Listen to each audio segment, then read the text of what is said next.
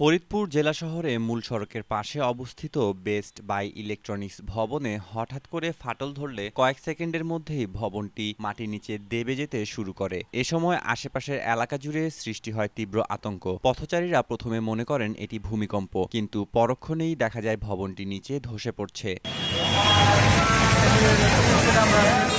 ঘটনার পর এলাকাবাসী ও প্রত্যক্ষদর্শীরা বিভিন্ন মন্তব্য করেছেন। অনেকে অভিযোগ করেছেন, ফরিদপুর পৌরসভা যথাযথ বিল্ডিং কোড মেনে ভবনের প্ল্যান অনুমোদন দেয় না।